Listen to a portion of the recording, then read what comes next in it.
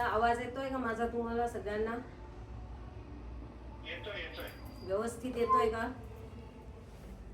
हो हो.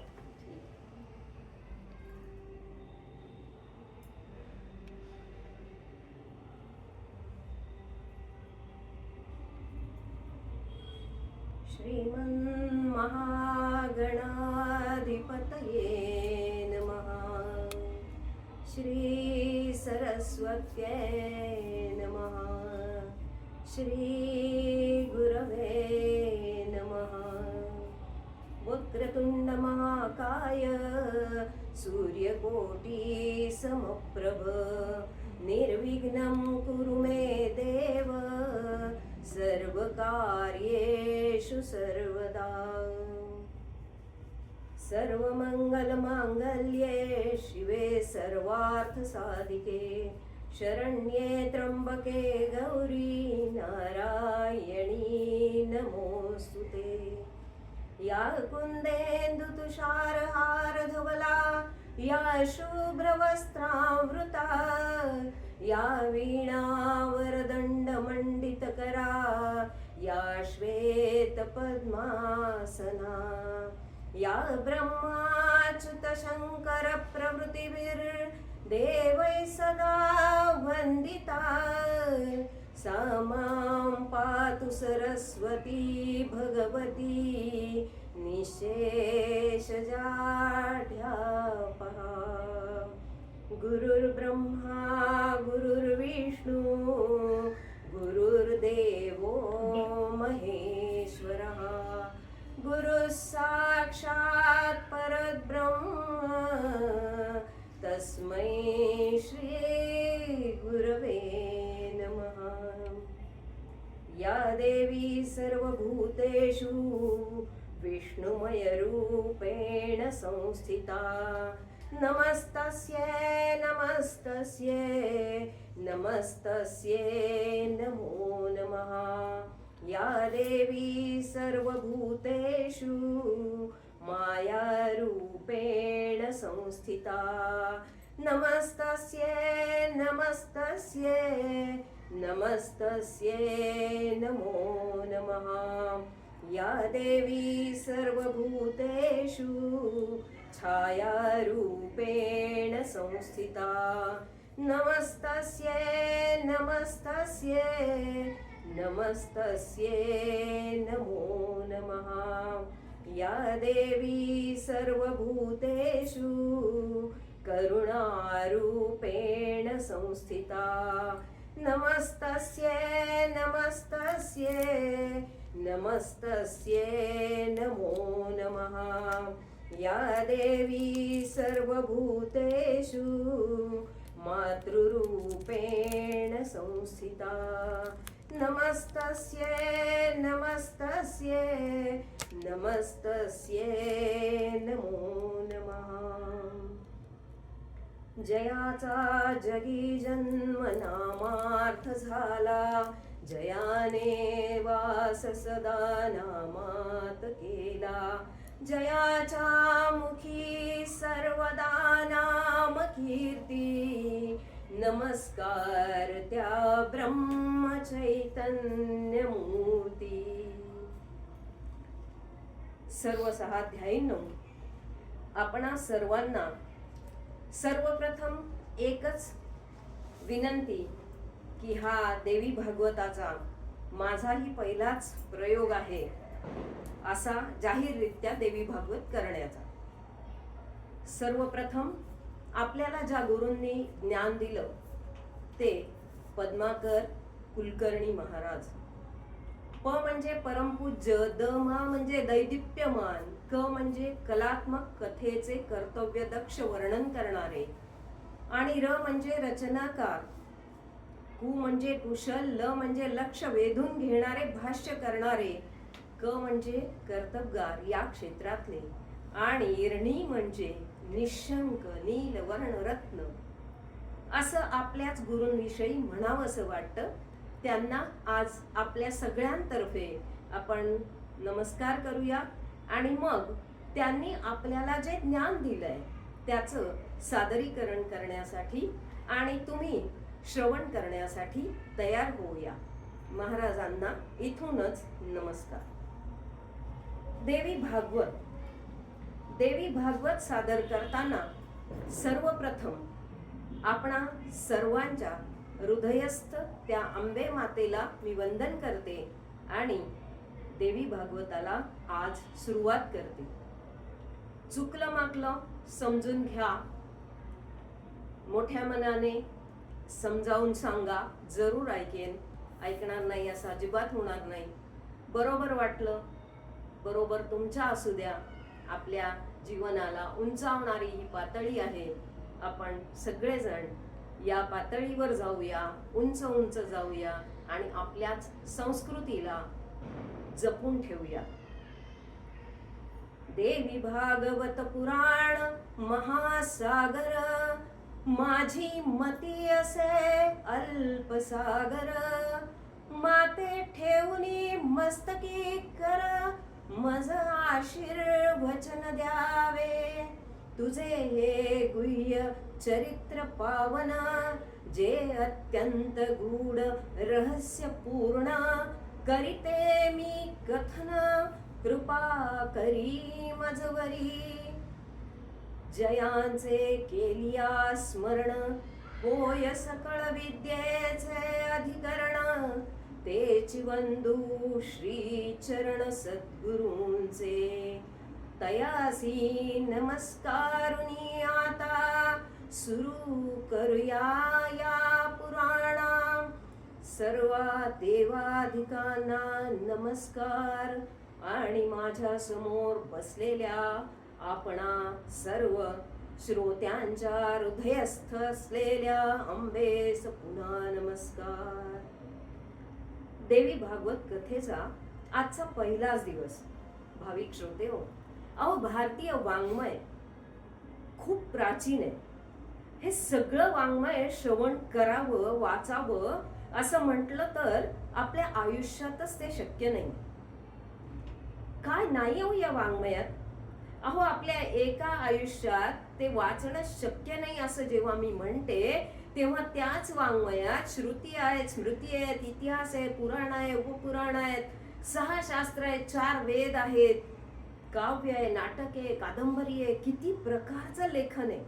वैद्यकशास्त्र आहे, अर्थशास्त्र आहे, स्थापत्यशास्त्र आहे, असे वाङ्मयाचे अनेक प्रकार आणि त्याविषयीची प्रचंड माहिती आपल्या पुराणांपासून वर्णन केली गेलेली असं हे वाङ्मय आहे. आणि खरंच आपण जर म्हणलं ना नुसत्या पुराणांचा अभ्यास करू तरी देखील एका जन्मात होणं ते शक्य नाहीये. 18 पुराण आणि 18 उपपुराण सुतांनी ऋषींना 88,000 ऋषींना म्हणलंय की कलियुग सुरू झालं ना की त्याच्यात एकही नीट पुराणाचं श्रवण वाचन करणं होणार नाही. कारण काय? कारण आत्ताची परिस्थिती आपण बघतो आहोत. या परिस्थितीत लोक नाना प्रकारच्या आजारांनी, व्याधींनी जर्जर होतात आणि धर्मग्रंथाचं अध्ययन करणं त्यांना शक्य होत नाही. पण कमीत कमी या देवी भागवताचं श्रवण व्हावं, अध्ययन व्हावं, ही सुतांनी व्यक्त केलेली अपेक्षा. आता सूत मुनी कोण, कोण काय हे तर आपण पुढे जाऊन पाहणारच आहोत. देवी भागवत म्हणजे सर्वांग सुंदर असं हे पुराण, जे भारतीय वाङ्मयातलं सर्वश्रेष्ठ मानलं जातं. श्रीमद देवी भागवत हा ग्रंथ श्री हरीचे अवतार असणाऱ्या वेद व्यासांनी रचलेला. त्याच्यात 18,000 श्लोक आहेत. त्याची विभागणी त्यांनी 12 स्कंधात केली आहे आणि या 12 स्कंधाचे 318 अध्याय आहेत.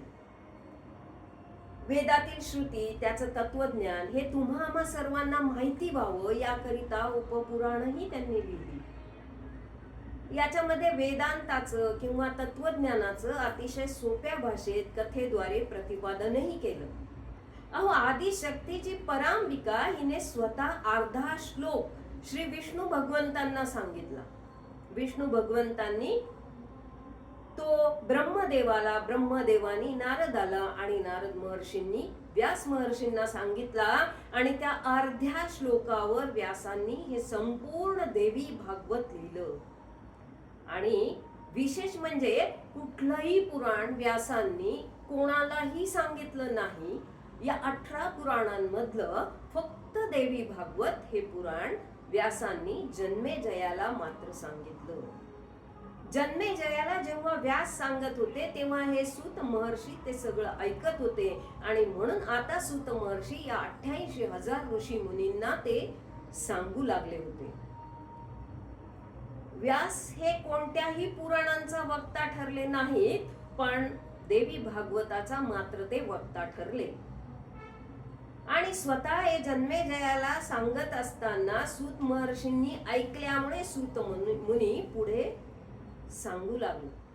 सूत मुनी म्हणतात काय की अहो हे आदी मायेचं जे काही भागवत आहे ते त्या आदी शक्तीची कृपा केल्याशिवाय कोणालाही श्रवण करायला सुद्धा मिळत नाही. इतकं महात्म्य या देवी भागवताचं आहे.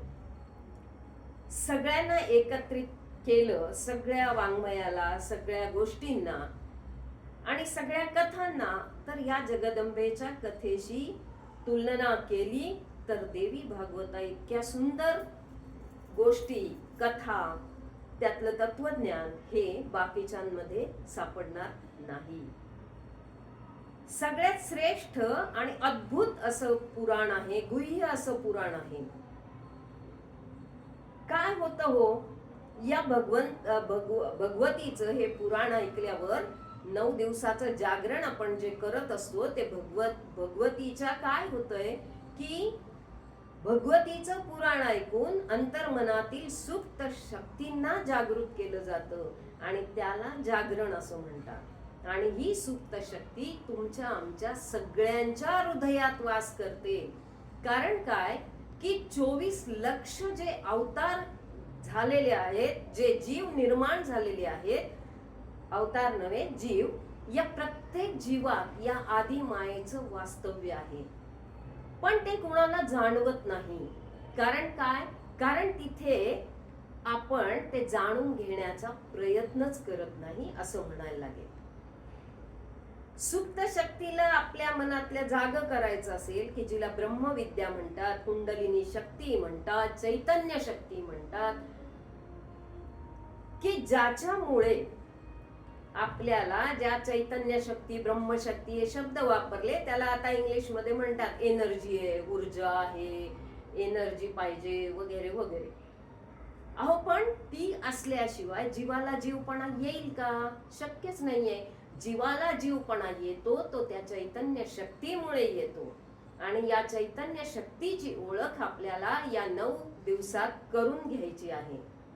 त्या आपल्याच अंतरात्म्यातल्या त्या शक्तीला जागृत करायचंय. या 9 दिवसांच्या कथेतून आपल्याला जेव्हा भगवती रूपी शक्तीची ओळख करून करायला मिळते तेव्हा तिची साधना ही वैयक्तिक, सामाजिक, मिश्र या 3 पातळ्यांवर केली जाते. ही आदी माता भगवती, हिचं हे देवी भागवत आणि या देवी भागवताचं महात्म्य हे आजच्या कथेचा, आजच्या भागातला, आजच्या पहिल्या दिवसाचा महत्वाचा भाग. ही आदी माया वैश्विक स्वरूप आहे. विश्वात सर्वत्र तिचा वास असतो. 9 दिवस जागरण होत असतं, 9 दिवसांचं नवरात्र होत असतं.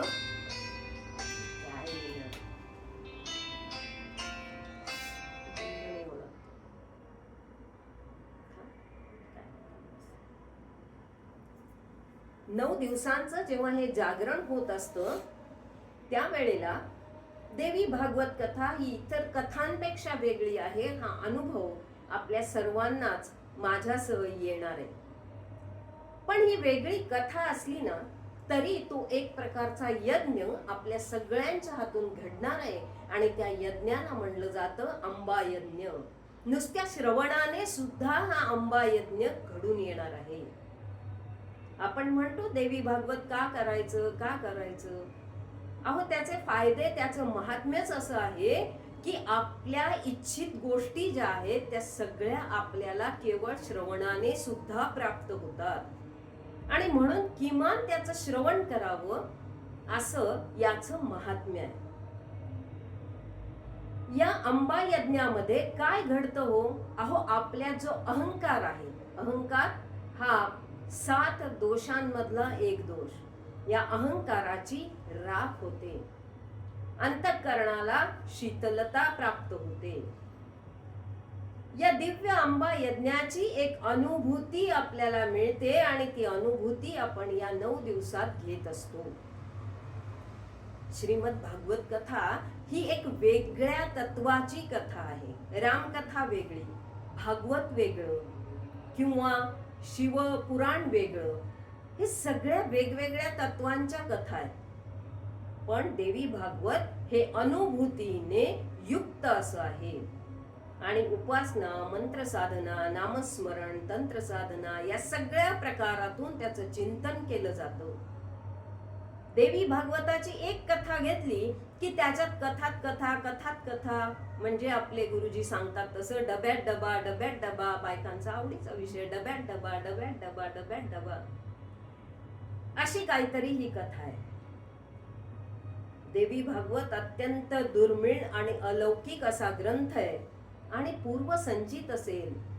बघा मी काय सांगते, पूर्वसंचित असेल, पूर्व पुण्याई असेल, ती उदयास आली तर आणि तरच देवी भागवत श्रवण करायला मिळतं, अन्यथा तेही मिळत नाही. देवी भागवत म्हणजे शिवशक्तीचं ऐक्य आहे. ही शिवशक्ती जी आहे ही पूर्ण ब्रह्मांडाचा सारीपाट कसा खेळतात याचं गोपनीय चिंतन आपल्याला या देवी भागवतातून पाहायला मिळणार आहे, ऐकायला मिळणार आहे. ही जगन्माता काय सांगते आपल्याला? जगन्माता आपल्याला म्हणते, जेव्हा नवते काही साचार, तेव्हा फक्त माझाच दिव्य संचार. अहो जेव्हा काहीच नव्हतं ना तेव्हाच माझा संचार इथे होता, काही नसतानाही मी होते. आणि या चराचरात काही नसताना मी होते, म्हणून या ब्रह्मांडाचा मूळ आधार म्हणजे मी आहे. म्हणताना ती म्हणते की मीच मूळ आधार आहे. ओम सर्व चैतन्य रूपा, ओम ताम अद्याम, ओम विद्याम मंच धीमहि बुद्धी ज्ञान प्रचोदयात. हे सगळं भगवतीचं स्वरूप आहे, जे चैतन्य रूप आहे, जे आदि अंतरहित रूप आहे, जी ब्रह्मविद्या स्वरूपिणी आहे. जे चैतन्य रूप असं असताना तिचाच दिव्य संचार सगळीकडे आहे, अशी ती भगवती. तीच बुद्धिदाता, तिला ना आदि ना अंत मध्य काहीच नाही. त्रिकाला बाधित ते सत्य आहे, ती सत्य आहे. या सगळ्यात मात्र काळ महत्वाचा आहे. काळाचा परिणाम आपण जाणतो आणि त्याचं परिमाण पण जाणतो. आपण म्हणतो कुठल्याही गोष्टीला वेळ गेला, काळ गेला की ती गोष्ट सुसह्य होते. आणि परिमाण म्हणजे काय हो? परिमाण म्हणजे काळ मोजला जातो सेकंद, मिनिट, तास याच्यात, किंवा दिवस, आठवडा, पंधरवडा, महिना वगैरे वगैरे. या काळाची 4 युग या पुराणात सांगितली आहेत. मग सत्ययुग आहे, त्रेतायुग आहे, द्वापार युग आहे, कलियुग आहे. यामधलं कलियुग जे आहे ना, हे कलियुग आहे 4,32,000 वर्षांचं आणि ते आता सुरू झालेलं आहे. द्वापार युग संपलं ते होतं 8,64,000 वर्षांचं, त्रेतायुग 12,96,000 वर्षांचं, तर सत्ययुग होतं 17,28,000 वर्षांचं. अहो या सगळ्या 4 युगांचं मिळून एक महायुग होतं. आणि अशी या महायुगांची संख्या किती आहे तर ती आहे 43,96,000. आता इतक्या वर्षांनंतर प्रलय होतो आणि या प्रलयात सगळं नष्ट होतं, काहीही राहत नाही. हे द्वापार युग, कलियुग, सत्ययुग, त्रेतायुग, आपण जी ही युग म्हणतो, यांचं हे घटिका यंत्र अखंड चालू आहे. पुढे जाऊन गणिती भाषेत आपण पाहिलं तर एका मन्वंतरात किती युग असतील? एका मन्वंतरात 71 महायुग असतात आणि 14 मन्वंतर येतात. 71 महायुग आणि एका युगात 14 मन्वंतर. आता चालू आहे ते 7वं वैवस्वत या नावाचं मन्वंतर सुरू आहे. आता याचा अर्थ सांगताना सांगितलंय काय की ब्रह्मदेवाचं वय आत्ताशी 50 वर्षाचं झालंय. ब्रह्मदेवाच्या वयाच्या 100 पट विष्णूचं वय असतं आणि विष्णूच्या 100 पट शंकराचं वय सांगितलं जातं. आणि या शंकराच्याही कितीतरी पट या आदिमाया, अंबिका, जगदंबा, भगवती वेगवेगळ्या नावांनी ओळखली जाते, तिचं वय सांगितलं जातं. भागवतामधली अघासुराची वधकथा तुम्हा सगळ्यांना माहिती आहे, कारण तुम्ही सगळे भागवत जाणणारे करणारे आहात. की एका क्षणापुरतं काय घडलेलं होतं त्यावेळेला, ब्रह्मदेवानी गोप आणि गुरांना ब्रह्मलोकात नेऊन ठेवलं होतं आणि एका क्षणात भूतलावर 1 वर्ष म्हणजे 365 दिवस होऊन गेले होते. ब्रह्मदेवाचा हा एक क्षण होता. याच्यावरून विष्णूचं वय, विष्णूच्या वयावरून शंकराचं वय आणि शंकराच्या वयावरून आदिमाया, आदिशक्तीचं वय किती असेल याचा अंदाज करता येतो. पण या वयाला ना अंत ना पार काहीच नाही. आदिमायेचा थांगपत्ताही सांगता येत नाही.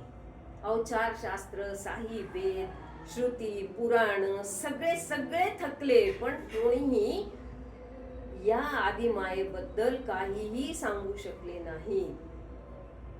आपण बघा देवीची आरती म्हणतो, दुर्गे दुर्गट भारी तुझं विण संसारी. त्याच्यात पहिलं जर कडवं विचारात घेतलं तर ते काय आहे हो? त्रिभुवनी भुवनी पाहता तुझैसे नाही, 4 शमले परंतु न बोलवे काही, साही विवाद करता पडलो प्रवाही, ते तू भक्ता लागी ते तू दासा लागी, पावस लवलाही. त्रिभुवनामध्ये या मातेसारखं कोणीच नाही. तुझं वर्णन करता करता 4 वेद, 6 शास्त्र, पुराण सगळं काही थकलं, पण ते कोणालाही शक्य झालं नाही. कारण काय की तुला अंत, मध्य, आदी मध्य अंत काहीच नाही ना. सगळं या 6 शास्त्र, वेद या सगळ्यात ते वाहून गेलं, पण कोणालाही काहीही करता आलं नाही. कोणालाही असं सांगता आलं नाही की आदिमाता आत्ता जन्माला आली, भूतलावर आत्ता निर्माण झाली, प्रगट झाली किंवा अन्य काहीच सांगितलं नाही. किंवा ती काय करते, तिची निर्मिती कशी होते, काय होतं, तिला काहीही सांगता येत नाही. आणि म्हणून देवी भागवतात तेच म्हणलं जातं, जेव्हा नव्हते काही साचार, जेव्हा काहीच नव्हतं, भूतल पण नव्हतं, त्या वेळेला माझा दिव्य संचार असं देवीच म्हणते. हे तिचं स्वरूप आहे. ती सच्चिदानंद आहे, विद्या स्वरूपिणी आहे. ती तुम्हा आम्हाला वाणी देते, सद्बुद्धी देते, आनंद देते. आता आपण जेव्हा हे सगळं बघतो, आपल्याला एवढं सगळं प्राप्त होतं की या देवी भागवताचा मग आपण अभ्यास करायला लागतो, तेव्हा आपल्याला कळतं की याच्यात 22 अवतार देवी मातेच्या या देवी भागवतात सांगितलेले भगवंताचे. पण त्या देवी भागवतात जे 22 अवतार सांगितले त्याचं तुम्हा आम्हाला प्रत्यक्ष दर्शन होतं का? नाही, पण त्याचं अस्तित्व मात्र असतं आणि अनुभूती देखील मिळते. पण ही आदिमाया, ही जगदंबा, ती काय आहे? ही आदिमाया, ही जगदंबा जी आहे ती काय करते? तर ती सगुण रूपात देखील प्रकट होते आणि शक्ती रूपात तर ती तुमच्या आमच्यात आहेच. आपल्यातली शक्ती, आपल्यातली भक्ती, आपल्यातली युक्ती, हे काय आहे? हे त्या आदिमायेची ऊर्जा आहे. आपण काय रामायणात काय ऐकतो हो, की रामाने रावणाला मारलं. पण खरं आहे का ते? नव्हे. रामाने रावणाला मारलं हे खरं नव्हे. रामाला जी देवीनं शक्ती दिली त्या शक्तीने रावणाला मारले. म्हणजे काय झालं? पुन्हा ही आदिमाया अंबिकाच तिथे आली. महाभारतामध्ये ज्या वेळेला अर्जुन युद्धाला तयार नव्हता, का? समोर आपलेच आप्तेष्ट, आपलेच गुरु, आपलेच सगळे काका मामा दादा सगळ्यांना बघतोय, तेव्हा त्याला ते आवडलं नाही की यांना मारून आम्ही राज्य मिळवावं. ही माझेच सगळे लोक आहेत, मी यांना कसा मारू? विषाद निर्माण झाला होता.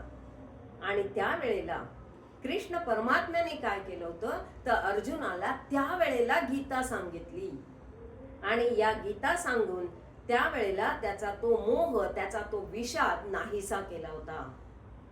आणखीन या युद्धात विजयी होण्यासाठी श्रीकृष्ण भगवंतांनी या अंबिकेचं, या जगदंबेचं 35 श्लोकांचं एक दुर्गा स्तोत्र सांगितलं होतं. त्यामुळे अर्जुनाला त्या युद्धात सुद्धा विजय मिळाला होता. लक्षात घ्या की त्यावेळेला कृष्ण परमात्मा त्याच्या बरोबर होते, रथाचं सारथ्य करत होते, पण ते युद्धात भाग त्यांनी घेतला नव्हता, सारथ्य करत होते, शस्त्र त्यांनी उचललं नव्हतं. पण तरीही अर्जुन कशामुळे जिंकला? तर हे 35 श्लोकांचं दुर्गा स्तोत्राचं त्यानं जे काही पठण केलं, जे काही त्या आदिमाया अंबिकेचं स्मरण केलं, ती शक्ती तिथे धावून आली आणि शक्ती रूपानं अर्जुन तिथे विजयी झालेला आहे. ही जी जगदंबा आहे हिला कुठेतरी कात्यायनी म्हणलं जातं, कालीमाता म्हणलं जातं, महामाया म्हणलं जातं, भुवनेश्वरी म्हणलं जातं, अशी अनेक नावं आहेत. कात्यायनी, महामाये, भवानी, भुवनेश्वरी, संसार सागरे माझा तूच उद्धार करी, माझ्यावर कृपा कर. कात्यायनी म्हणजे भ्रमण फिरणे, ही सगळ्या ब्रह्मांडाला आपल्या भोवती फिरवते, तिला कात्यायनी म्हणलं जातं. महामाया म्हणजे सर्व जगात माया रूपाने वावरते. भवानी ही सगळ्या जगात ती भवानी तत्व पसरवते, ती महामाया भवानी म्हणली जाते. 84 लक्ष योनींमधल्या प्राण्यांच्या हृदयात आत्मारूपाने ती राहते, ती भवानी. भुवनेश्वरी म्हणजे सगळ्या ब्रह्मांडाची जी नायिका आहे, सगळं ब्रह्मांड जिचं भुवन आहे, जिचा तिच्यावर अधिकार आहे, ती भुवनेश्वरी. आणि अनंत कोटी ब्रह्मांड जी निर्माण करते ती भुवनेश्वरी. ब्रह्मा विष्णू महेश जिची आराधना करतात, ब्रह्मा विष्णू महेश, जे आपल्याला पारंपरिक रूपात माहिती आहे की ब्रह्मदेव ही सृष्टी निर्माण करतो, विष्णू सगळ्यांचं पालन पोषण करतो आणि महेश म्हणजेच भगवान शिव संहाराचं काम करतात. पण ते कितपत खरं आहे? ते खरं तर आहेच, पण त्यांना कोणाची आज्ञा असते? ते कोणाची आज्ञा मानतात? तर ते या अंबिका जगदंबेची आज्ञेचं पालन करत असतात. आणि म्हणून जेव्हा आपण नवरात्राची आरती म्हणतो त्याच्यातही उल्लेख केलेला आहे. काय उल्लेख केलाय? ब्रह्मा विष्णू रुद्र आईचे पूजन करीती हो, आहे की नाही ओळ? पहिल्याच कडव्यात ती ओळ आहे. आणि हे वर्णन केलंय आणि ते काय पुढे म्हणतात? उदो बोला उदो अंबाबाई माऊलीचा हो, तिचा उदो उदो करतात. कारण काय की ब्रह्मा विष्णू महेश हे आपल्या सर्वसामान्यांचे आराध्य असं आपण मानत आलो, पण हे आराध्य या जगदंबेची आज्ञेचं पालन करत असतात.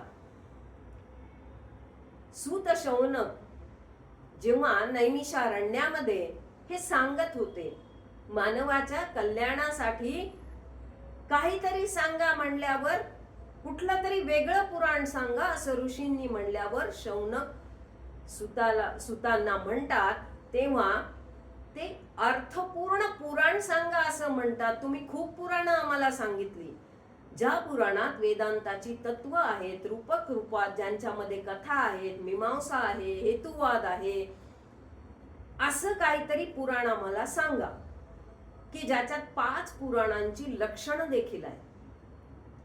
असा आग्रह जेव्हा सूतांना केला, तेव्हा सूत हे पुराण सांगत होते की जगदंबे उदयोस्तु आपण म्हणतो, ही जगदंबा हिच्याच विषयीचं हे देवी भागवत पुराण आहे. मग ही शक्ती जागृत होण्यासाठी आपल्याला देवीचं स्मरण चिंतन करावं लागतं. 9 दिवस अशी शक्ती तुमच्या आमच्या हृदयात आहे. तिचीच कथा आपण पाहणार आहोत, तिचं चरित्र पाहणार आहोत. आता तुमच्यासारखे श्रोते ते म्हणतील, आम्ही आत्ताच तर आसावरीताईंचं भागवत ऐकलं आणि मग त्याच्यात कृष्ण भगवंत, परमात्मा भगवंत तोच महत्वाचा त्यांनी सांगितलं. बरोबर आहे ना, चूक कोणाचीच नाही. आपण रामकथा सांगतो तेव्हा काय म्हणतो, राम महत्वाचा, रामाचंच आपण करायचं, रामाचा जप करायचा, हे सगळं मान्य. मग श्रोते गण जे असतात त्यातला एखादा विचारतो, अहो तुम्ही सगळंच या गोष्टी सांगता, शिवपुराण सांगितलं की शिवाचं महात्म्य सांगता, विष्णू पुराण सांगितलं की विष्णूचं सांगता, अमुक नृसिंह महात्म्य सांगितलं की नरसिंहाचं महात्म्य सांगता, नारद पुराण सांगितलं की नारदांची महती गाता, गणेश पुराण सांगितलं की गणेशाचं महात्म्य सांगता. अहो या देवतेचं महत्व सांगूनही या देवतेला तुम्ही भजा, अन्य कुणाला भजायचं काही कारणच नाही, हा देव महत्वाचा, असं प्रत्येक जण वेगवेगळ्या गोष्टी सांगताना सांगत असतो. मग मनामध्ये संभ्रम निर्माण होतो की यांच्या मधला कुठला देव समर्थ आहे. मग एक देव समर्थ असेल तर बाकीची पुराणं ऐकायची गरज काय. अर्थात हा श्रोता जिज्ञासू श्रोता होता. त्याने जेव्हा हा प्रश्न समोर आणला, त्यावेळेला या संपूर्ण जगतामध्ये, संपूर्ण ब्रह्मांडामध्ये एकच तत्व आहे आणि ते तत्व नावारूपाच्या पलीकडे आहे. त्या तत्वाला कोणी राम म्हणतं, कोणी कृष्ण म्हणतं, कोणी विष्णू म्हणतं, गणेश म्हणतं, आणि एकाच तत्वाची ही भिन्न भिन्न रूप आहेत. पण एकच तत्व आहे जे जीव जडांचा उद्धार करू शकते. ते परमतत्व अनेक रूपात प्रगट होतं.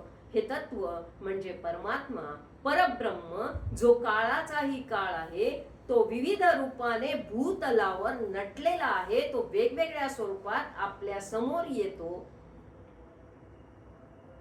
तो परमात्माच या चराचर सृष्टीत आहे. तोच संपूर्ण जगताचं रूप आहे. जडी, स्थळी, काष्ठी, पाषाणी एकमेव भरलेला आहे. अशा त्या चैतन्यमय सर्वत्र व्याप्त असलेल्या भगवंतांनी 84 लक्ष योनींमध्येही प्रत्येकाच्या हृदयात स्थान मिळवलेलं आहे. आज चैतन्य, बाहेर चैतन्य, सगळीकडे परमात्मा रूपानं चैतन्यच चैतन्य आहे. आणि तोच काय करतोय, तोच अनेक खेळ खेळतो, अनेक लीला दाखवतो, म्हणून त्याला खेळिया म्हणलंय. त्याची माया आहे. तो एकटाच अनेक रूपांनी नटलेला आहे आणि त्याच्या जवळ असलेल्या चैतन्य शक्तीशी त्याने संग केला. देवदेव म्हणून अनेक जण त्याला भजतात. तो देवच मूळ चैतन्य रूपात आहे. तो आमच्या तुमच्या सगळ्यांच्या हृदयात आहे.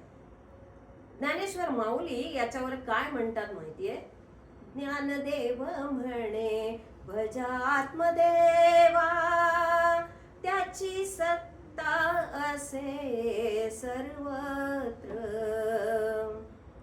त्याची सत्ता सर्वत्र आहे आणि तुमच्या आमच्या हृदयात जो आत्मदेव आहे, तो आत्मदेव म्हणजेच ही जगन्माता आहे, ही भगवती आहे.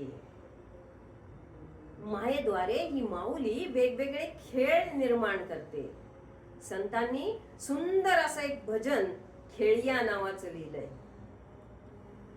त्याच्यात काही वाक्यात आपल्याला लक्षात येतं की ही ब्रह्मांडाची नायिका काय करते.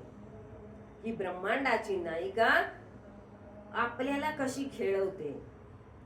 नाही तेच कैसे झाले रे खेळिया, नाही तेच कैसे झाले रे खेळिया, नाही तेच दिसू लागले खेळिया, नाही तेच खेळू लागले खेळिया, जीव शिव नाव पावले रे, जीव शिव नाव पावले रे, नाही तेच कैसे झाले रे खेळिया.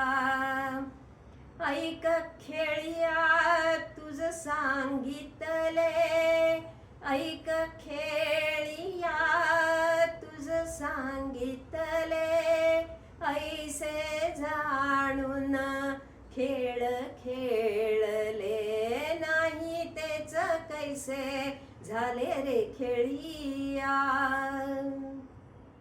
ब्रह्मांडाचा नायक जी आदी माया आदी शक्ती आहे ती असे अनेक खेळ खेळत राहते. नको तेच दिसायला लागतं. जग मिथ्या आहे पण ते आपल्याला दिसायला लागतं. आणि जे सत्य आहे ते आपल्याला दिसतच नाही, कारण आपण जाणून घेण्याचा प्रयत्नच करत नाही. सगळा खेळ म्हणजे तिची माया आहे, त्या जगत जननीची माया आहे, तिची लीला आहे, तिची लीलाच न्यारी आहे. अरूप ते रूपाशी आहे. सगळीकडे आता कृष्ण परमात्मा राम हा निर्गुण निराकार आहे, पण तो हसताना रडताना चालताना बोलताना दिसतो. ती ब्रह्मा आहे, ती माया आहे. या मायेच्या खेळाने तो खेळ तुम्हा आम्हाला दिसतो. अशी ही जगत जननी लीला करते.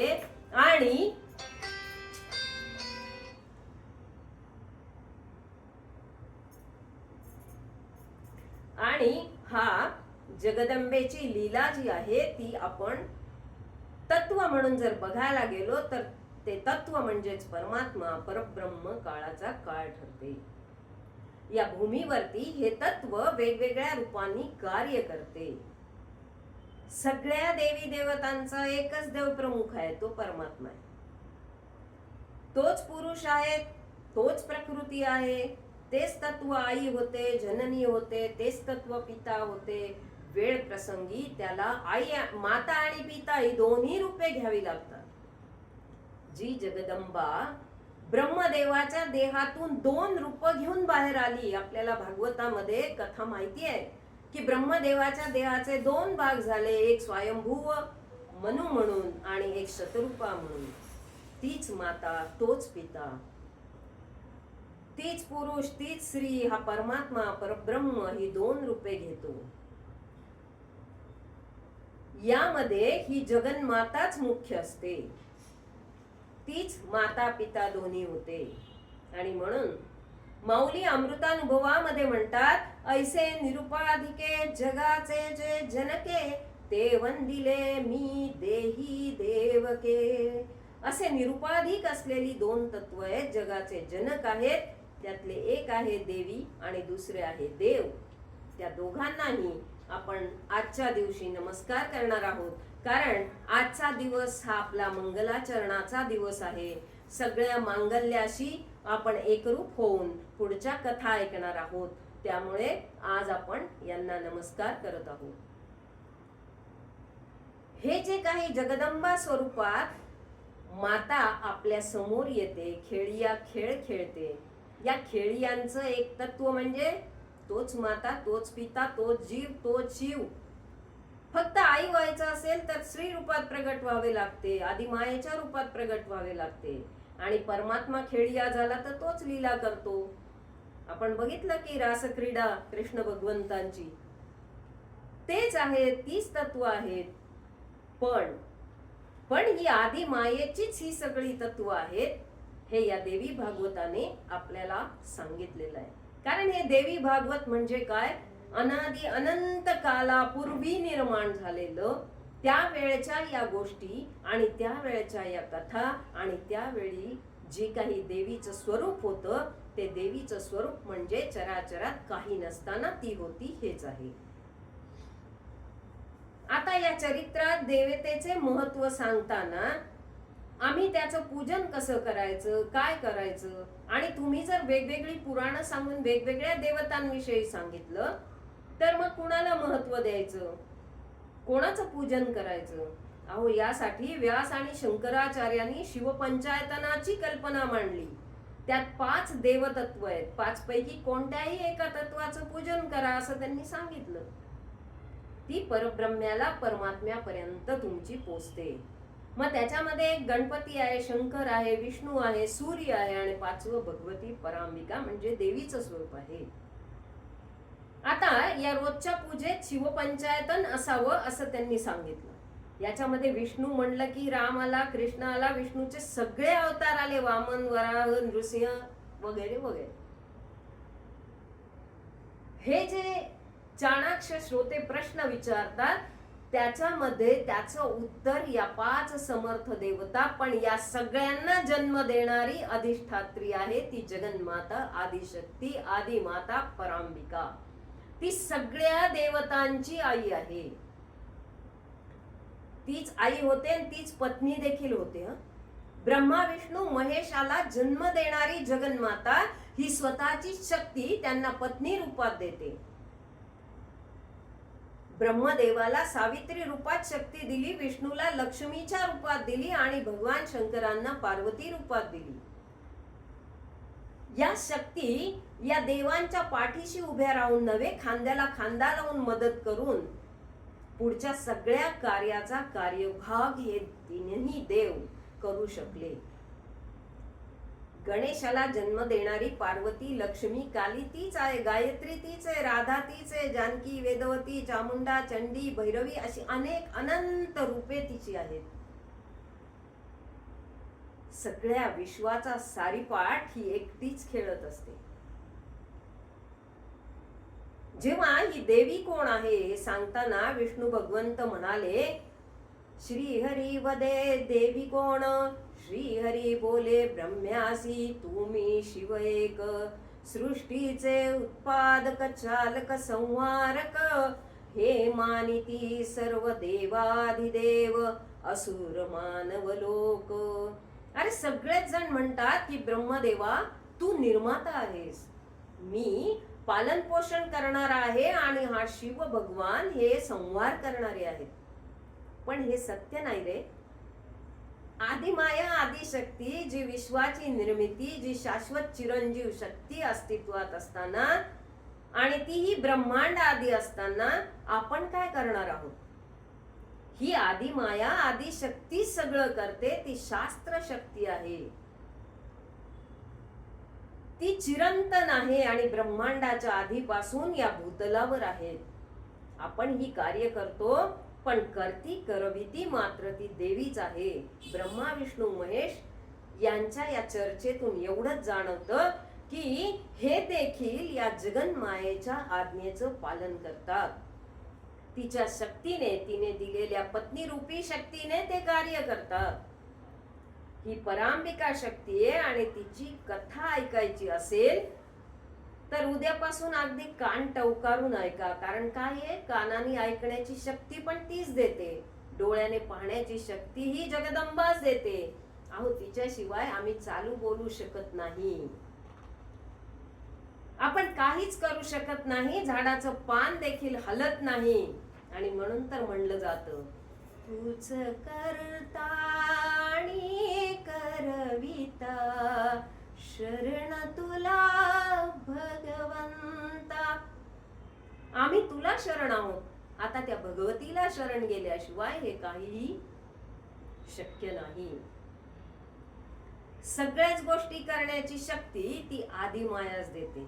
आता इथे एक छोटासा दृष्टांत सांगितलाय की आदिमायेने एखादी शक्ती दिली नाही तर काय घडू शकतं. अशा 2 बहिऱ्या व्यक्ती एकमेकांना भेटतात, एकमेकांना हात जोडून राम राम म्हणतात. एकाने हात जोडून राम राम केल्याने दुसऱ्याच्या लक्षात आलं, दुसराही म्हणाला राम राम. पण आता हा जो दुसरा बहिरा होता याचे दात पडले होते त्यामुळे त्याचा राम हा उच्चार स्पष्ट होत नव्हता. तो काय म्हणाला, लांब लांब. आता दोघांना ऐकू येत नव्हतं, त्यामुळे दोघांनाही शब्द कळण्याचा आनंदच होता. त्यांना शब्दच कळले नाही, पण भावना मात्र पोचल्या. कारण हात जोडून काय म्हणलं जातं, तर राम राम. ठीक आहे. मग एकाने त्याला विचारलं, काय रे तू मंदिरात चाललायस का? दुसरा लगेच म्हणला, नाही नाही अरे मी मंदिरात चाललोय. अर्थात काय की यांची कानपूर लाईनच बंद होती. त्यामुळं या सगळ्या शक्तींची गरज आपल्याला जगताना आवश्यक असते, आणि ती शक्ती ही देणारी आदिमाया आदिशक्ती आहे. ही आदिमाया आदिशक्ती आपल्या बरोबर ब्रह्मा विष्णू महेशांना पण शक्ती देते. हा कार्यकाल, हा कार्य त्यांचं जे आहे ते करण्यासाठी. पण या शक्तीचं स्वरूप कसं आहे, तिचं कार्य काय आहे, तिची उपासना कशी करावी, खरं तर खूप सोपं आहे, पण ते समजून घेणं आवश्यक आहे. आता शक्तीला आपण विज्ञानाचे लोक आहोत, काही शिक्षक इथे विज्ञानाचे आहेत, मी स्वतःही विज्ञानाची. आपण एनर्जी म्हणतो की वैज्ञानिकांनी शोध लावला, ब्रह्मांडामध्ये एक शक्ती आहे जिला निर्माण करता येत नाही, जी नष्टही होत नाही, निर्माणही करता येत नाही, तिला ऊर्जा असं म्हणतात, वगैरे वगैरे. आणि वैज्ञानिकांनी काय केलं, मग या शक्तीचा अनेक ठिकाणी उपयोग करून घेतला. ही ऊर्जा शक्ती पाण्यावर निर्माण होते, वाऱ्याने निर्माण होते, आणि तिचं रूपांतर विद्युत ऊर्जेत केलं जातं. हे तर आपल्या सगळ्यांनाच माहिती आहे, विज्ञानच्या लोकांनाच नव्हे, अगदी सर्वसामान्य सगळ्याच लोकांना माहिती. बटन दाबलं की पंखा लागतो, दिवे लागतात, हे सगळं आपल्याला माहिती. मग हे जे काही शक्ती आहे, ही जी काही ऊर्जा आहे, ही ऊर्जा येते कुठून? जर ती निर्माणही करता येत नाही, ती नष्टही करता येत नाही, पण निर्माण तर झालेली आहे ती. मग ही येते कुठून? तर या शक्तीचं चरित्र आपल्याला या देवी भागवतात समजावून घ्यायचंय, श्रवण करायचंय. जे देवी भागवताचे रचनाकार आहेत व्यास महामुनी, यांचा धर्मासाठीच अवतार झाला. आता व्यासांचा अवतार दोन प्रकारे, म्हणजे दोन प्रकारच्या गोष्टी करण्यासाठी झाला असं म्हटलं जात. एक तर काय आहे की व्यास महर्षी असं सांगतात की भगवंतांचे अवतार दोन गोष्टींसाठी झाले. आता व्यासांचे अवतार रचनाकार व्यासच आपल्याला सांगतात की भगवंताचे अवतार सुद्धा दोन गोष्टींसाठी झाले. तुम्हाला सगळ्यांना भगवद्गीतेतले श्लोक माहिती आहेत, ते मी सांगायचं कारण तर काहीच नाहीये, सगळ्यांचं ते पाठ आहेत. पहिला त्यातलं आहे की धर्माचं रक्षण करायचंय, दुष्ट दुर्जनांचं निर्दालन करायचंय. असे अवतार कोणी घेतलेत? श्रीराम प्रभूंनी, आणखीन श्रीकृष्ण भगवंतांनी. पण जड जीवांच्या उद्धारासाठी, ज्ञानदानाचं कार्य करण्यासाठी अवतार कोणी घेतलेत? तर त्याच्यात आहेत कपिल मुनी, दत्त भगवान, दत्तात्रय भगवान, ऋषभदेव, महिदास आणि स्वतः व्यास. म्हणजे व्यासांचा अवतार कशासाठी झालाय? तर धर्म कार्य करण्यासाठी, जड जीवांच्या उद्धारासाठी, ज्ञानदान करण्यासाठी या व्यासांचा अवतार झालाय. इच्छा काय होती की या धर्माचं ज्ञान कधीही लोपू नये. बघा आरतीत पुन्हा आपण आरती म्हणतो, त्या आरतीचे अर्थ कसे आहेत? लोपले ज्ञान जगी हित नेणती कोणी, अवतार पांडुरंग नाव ठेविले ज्ञानी. काय घडलं होतं? अहो कलियुगात जेव्हा धर्माचं ज्ञान पूर्ण लोपल्यासारखं झालं, त्यावेळेला साधं गीता पण लोकांना कळेना, काहीच कळेना. या सर्वसामान्य माणसांसाठी भगवंतानं पुन्हा ज्ञानेश्वर महाराजांचा अवतार घेतला, ज्ञानेश्वरी लिहिली. माऊलींचा अवतार घेऊन 17व्या शतकांमध्ये वेद व्यासांचा देखील अवतार झाला. हे वेद व्यास सुद्धा भगवंताचेच अवतार. या वेद व्यासांनी या 17व्या शतकात स्वतः अवतार घेतल्यानंतर काय केलं होतं? संपूर्ण पुराण, उपपुराण लिहिली. तत्वज्ञानाचे ग्रंथ लिहिले, हजारो ओव्या तयार केल्या, 3 लाख श्लोक त्यांनी लिहिले. या 3 लाख श्लोकातून 18,000 श्लोक निवडले, ते बाजूला काढून ठेवले आणि त्यातूनच 18 पुराण आणि उपपुराण लिहिली. त्यातलंच देवी भागवत हे एक पुराण जे ज्ञानदान करणार आहे. वेदांताचं सगळं तत्वज्ञान सोप्या रूपात पोचवणारा हा ग्रंथ आहे. म्हणजेच या ग्रंथांमधून आपल्याला हे सगळ्या गोष्टी समजणार आहेत. मग हे देवी भागवत म्हणजे पुन्हा भगवंताची वाङ्मयीन मूर्तीच आहे, भगवंताचाच अवतार आहे. आता हे सगळं वेदव्यासांनी केलं. या वेदव्यासांनाच भारतीय संस्कृतीतनं वगळलं तर काय होईल हो?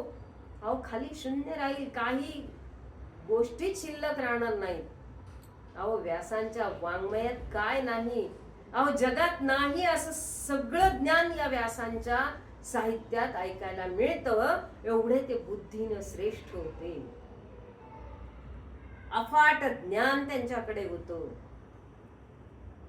विज्ञान आज नवीन नवीन शोध लावतंय, आपण ऐकतोय. संगणक युग आहे, सगळं विज्ञान आपण बघतोय. नवीन नवीन शोध, नवीन नवीन यंत्र, सगळं काही मिळतंय बघायला. पण अहो हे शोध या लोकांनी पूर्वीच लिहून ठेवलेत.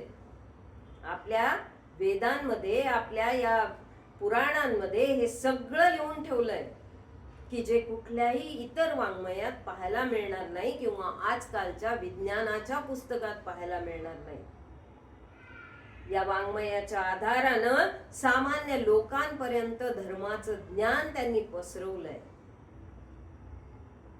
आणि म्हणून की हे करण्यासाठीच ज्ञान देण्यासाठीच, ज्ञानार्जन करण्यासाठीच व्यासांचा म्हणजेच परमेश्वराचा अवतार झाला. हा व्यासांचा अवतार पराशर मुनी आणि सत्यवती यांच्यापासून झालाय. वेदरूपी वृक्षांच्या 4 शाखा त्यांनी केल्या आणि शिष्यांच्या हाताने वेदांचं विभाजन केलं. 4 वेद त्यांनी निर्माण केले आणि 4 वेदांच्या ऋचांचा यज्ञासाठी उपयोग केला गेला. वेदांमध्ये सांगितलेली तत्व, उपनिषदांचं तत्व स्पष्ट करून त्याचा प्रसार त्यांनी केला. वेदांचं विभाजन करणं ही सोपी गोष्ट नव्हती, पण ते वेदव्यासांनी करून दाखवलं. वशिष्ठ कुळामधले हे वेदव्यास. वशिष्ठ कुळामध्ये कर्दम आणि देवहूती यांची कन्या होती अरुंधती. आणि वेदव्यासांचा या कुळाशी जवळचाच संबंध. वशिष्ठांचा त्यांचा त्या देवहूतीशी विवाह झाला. वसिष्ठांचे पुत्र शक्ती आणि अदृश्यंती यापासून पराशर ऋषी झाले आणि पराशर सत्यवती पासून व्यासांचा जन्म झाला. त्यांना कृष्ण द्वैपंपायन असं देखील म्हटलं जातं. वेदव्यास देखील म्हणलं जातं, बादरायण देखील म्हणलं जातं. एकाच कुलातील 7 पिढ्यांचा इतिहास पाहणारा आणि त्यांना प्रत्यक्ष पाहणारा एकच व्यक्ती आपल्याला पाहायला मिळते, ती म्हणजे वेदव्यास. व्यासांनी कुणाला पाहिलं नाही हो. अहो त्यांनी शंतनूला पाहिलं, भीष्माला पाहिलं, विचित्र वर्याला पाहिलं, चित्रांगदाला पाहिलं, धृतराष्ट्राला पाहिलं, पंडूला पाहिलं, पांडवांना पाहिलं, कौरवांना पाहिलं आणि पुढे जाऊन अभिमन्यूला पाहिलं. त्याच्याही पुढची पिढी परीक्षिताला पाहिलं आणि परीक्षितानंतर जन्मेजयाला पाहिलं आणि हे जन्मेजयाचे पुढे 4 पुत्र होते त्यांना देखील पाहिलं. इतक्या पिढ्यातल्या लोकांना पाहणारे वेदव्यास हे एकमेव होऊन गेले आणि हे या परमेश्वराचाच अवतार होता असंच म्हटलं जातं. अनेक अब्जावधी वर्ष झाली या वेदव्यासांनी ही सगळी पुराण उपपुराण लिहून काढली. दीर्घकालीन माणसाचा एक विशिष्ट प्रकारचा इतिहास आहे. हा इतिहास जो आहे हा त्यांनी स्वतः श्लोकबद्ध केला. 100 कोटी श्लोक लिहिले, 4 लाख निवडक श्लोक बाजूला केले आणि त्याच्यातून पुढे ते लिहितच गेले. अफाट साहित्य निर्मिती करणारे वेदव्यास हे एक महामुनी होऊन गेले. पण पुराण आणि इतिहास याच्यामध्ये मात्र फार फरक आहे. आपला धर्म, परंपरा, चालीरीती सांगणारा इतिहास आपल्या देशवासियांसमोर यावा, देशातल्या लोकांची अस्मिता सदैव जागृत राहावी म्हणून त्यांनी पुराणांची निर्मिती केली. पण तरी फरक काय मग या दोघांमध्ये? तर पुराणामध्ये धर्म असतो, रूढी परंपरा असते, त्याचे चिंतन असतं, विवरण असतं. आणि इतिहासामध्ये पूर्वी होऊन गेलेल्या सगळ्या राजांचं कार्य असतं. पुराणामध्ये निव्वळ इतिहास नसतो. सर्ग, प्रतिसर्ग, राजवंश, मन्वंतर हे सगळं त्याच्यामध्ये असतं. सर्ग म्हणजे सृष्टीची उत्पत्ती, प्रतिसर्ग म्हणजे दृश्यमान जगताचा लय आणि पुन्हा उत्पत्ती. 4 युगानंतर प्रलय झाल्यानंतर पुन्हा त्या युगांचं येणं, निर्माण होणं, याच सगळ्याचं वर्णन ते पुराणात आढळतं. अशा या मन्वंतरातील प्रमुख राजांच्या वंशाची संपूर्ण कथा, त्या वंशाचं संपूर्ण चरित्र, असं गोष्टी या पुराणात आढळतात. हा इतिहास आणि पुराणांमधले फरक बरेच आहेत, पण हा महत्वाचा फरक आहे. इतिहासात राजांची सगळी माहिती सांगितली जाते, पण याच्यात मात्र वंशावळी सकट, युगांसकट सगळ्याचं वर्णन असतं.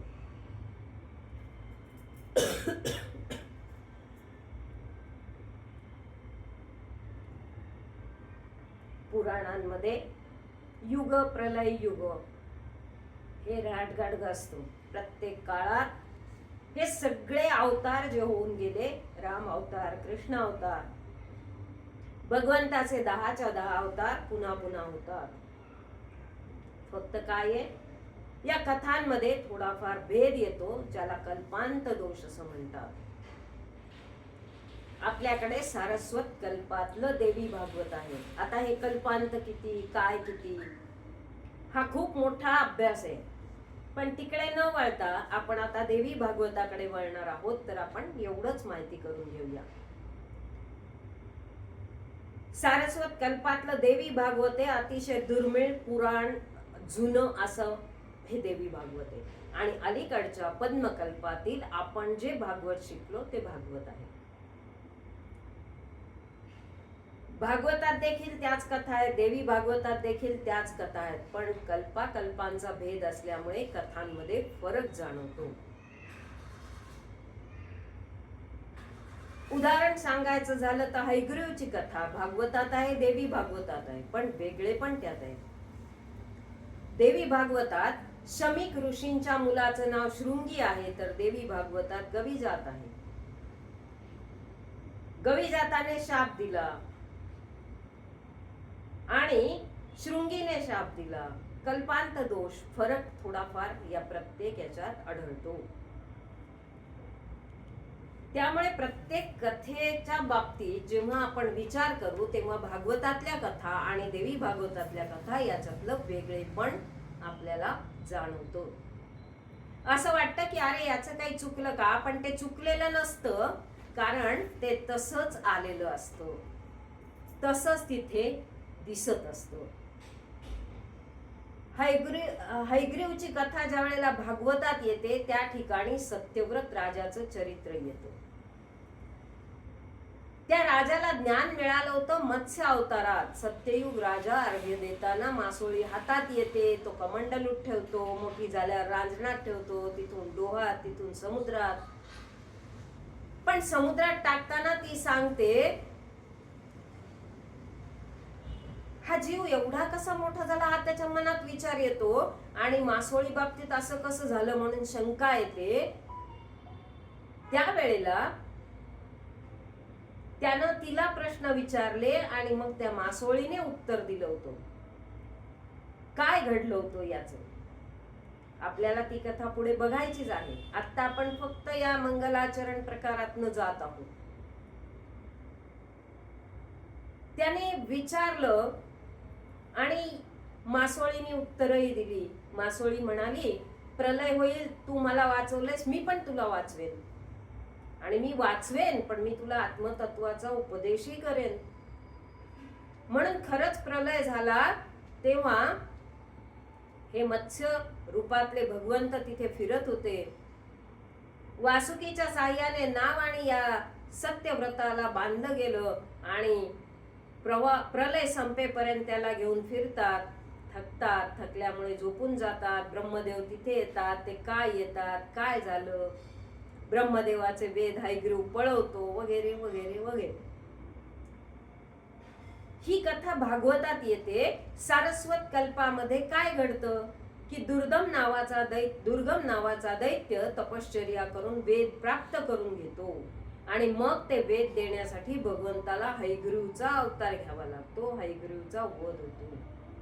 म्हणजे देवी भागवतामध्ये या पळवून नेलेल्या वेदांचा संबंधच नाही. यामध्ये वेद पळवलेलेच नाही. तर ते दुर्गमाने तपश्चर्या करून ब्रह्मदेवाला प्रसन्न करून मागून घेतले होते आणि देवीला युद्ध करून ते पुन्हा प्राप्त करून घेतले होते. असा काहीसा फरक या कथांमध्ये आपल्याला जाणवणार आहे. आपण उद्यापासून ज्या कथा ऐकू, उद्या परवापासून त्या कथांमध्ये हा फरक तुम्हाला निश्चित जाणवेल. कारण आत्ताच आपण भागवत ऐकलंय, भागवतातल्या कथा ऐकल्यात. या कथांमध्ये हा फरक आपल्याला आढळणार आहे. कथांसारखीच कथा, पण सगळंच वेगळं वेगळं. मग असं का? आपल्या हातनं काही चुकतंय का? तर ते चुकत नाही. हा कल्पांताचा भेद आहे. आता या हयग्रीवच्या कथेत जसा फरक आहे तसाच शुक्राचार्यांची कथा भागवतातही येते, देवी भागवतातही येते. शुक्राचार्यांचा जन्म आणि देवी भागवतातला म्हणजे सारस्वत कल्पातले शुक्राचार्य आणि भागवतातले शुक्राचार्य यांच्या दोन्हींच्या जन्मामध्ये सुद्धा फरक आहे. भागवतात म्हणलं जातं की मृत अंड्यापासून शुकाचा जन्म झाला आणि इकडे म्हणलं जातं अरणीचं मंथन करत असताना वीर्य पडलं, त्यातून शुकाचार्यांचा जन्म झाला. शुक्राचार्य नाही, शुकाचार्य. आता देवी भागवतात शुकाचार्यांच्या जन्माची कथा ही खूप मोठ्या प्रमाणात वर्णन केलं. अरणी मंथन, त्याच्यातून शुकमुनी निर्माण झाले. शुकमुनींना व्यासांनी सांगितलं की बाबा तू गृहस्थाश्रमाचा स्वीकार कर. मग भागवतात सर्व संग परित्याग केला. मग शुकाचार्याने ब्रह्मचर्याचं पालन केलं. पण देवी भागवतात हे सगळं झालं भागवतात आणि देवी भागवतात व्यासांच्या सांगण्याप्रमाणे ते जनक राजाकडे जातात. जनक राजाकडून विदेही अवस्था, संसार करून विदेही कसं राहता येईल याचं प्रशिक्षण घेतात. विवाह करतात. 4 मुलं 1 मुलगी होते. मग ते मुक्त होतात. कधी कधी आपल्याला आश्चर्य वाटतं, कधी कधी बोलण्यातल्या चुका लक्षात येतात किंवा वाटतात हे चुकलंय. पण हे सगळं असं गुप्त माहिती देणारच हे देवी भागवत पुराण आहे. गूढ आहे. गुप्त गोष्टी काही आहेत, गूढार्थ आहे. कधी कधी या कथा ज्या आहेत त्या कथा सांगताना सर्व संघ परित्याग केला आणि पुराणातच गृहस्थाश्रम सांगितला की काय हे असं, अशाही शंका खूप येतात. याचंही उत्तर खूप सुंदररित्या दिलं जातं. सर्व संघ परित्याग करायचा आणि पुराणातच पुन्हा सांगितलं गृहस्थाश्रम स्वीकारायचा. मग काय? याचं उत्तर असं आहे की देवी भागवत हा प्रवृत्ती मार्गाचा ग्रंथ आहे. देवी आपल्याला भोगही देते, देवी आपल्याला मुक्तीही देते. बाकी अन्य देव काय करतात? ते भोग देत नाहीत. पण भोग देऊन देवी मात्र तुम्हाला परमार्थाकडे लावते. आणि म्हणून परमार्थी माणसानं, प्रवृत्ती मार्गाच्या माणसानं संसार करून कशा रीतीने परमार्थ प्राप्त करावा याचं सगळं सविस्तर ज्ञान आपल्या सारख्यांना व्यासांनी रूपकाचा उपयोग करून एक एक कथा सांगून शुकाचार्यांचा विधेयी असलेल्या जनक राजाचा संवाद घडवून आणून आपण संसारात राहून कसं मुक्त व्हावं, विधेयी अवस्था तुम्हा आम्हाला कशी प्राप्त व्हावी, या सगळ्याचं वर्णन, या सगळ्याचं ज्ञान आपल्याला या भागवतात मिळतं. जसं गाय ही दूध वासराला देते, पण आपण वासराला पिऊ देतो का हो?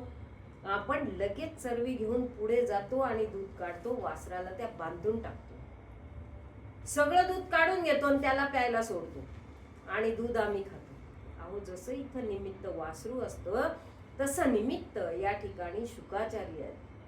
हे सगळं तुमच्या आमच्यासाठी आहे. आमचा गृहस्थाश्रम आहे, आपण तो उत्तम रीतीने केला पाहिजे आणि मुक्त मार्गाला, मोक्ष मार्गाला कसं जावं हे सांगण्यासाठी आपल्याला या कथांचा, या पुराणाचा आधार मिळतो.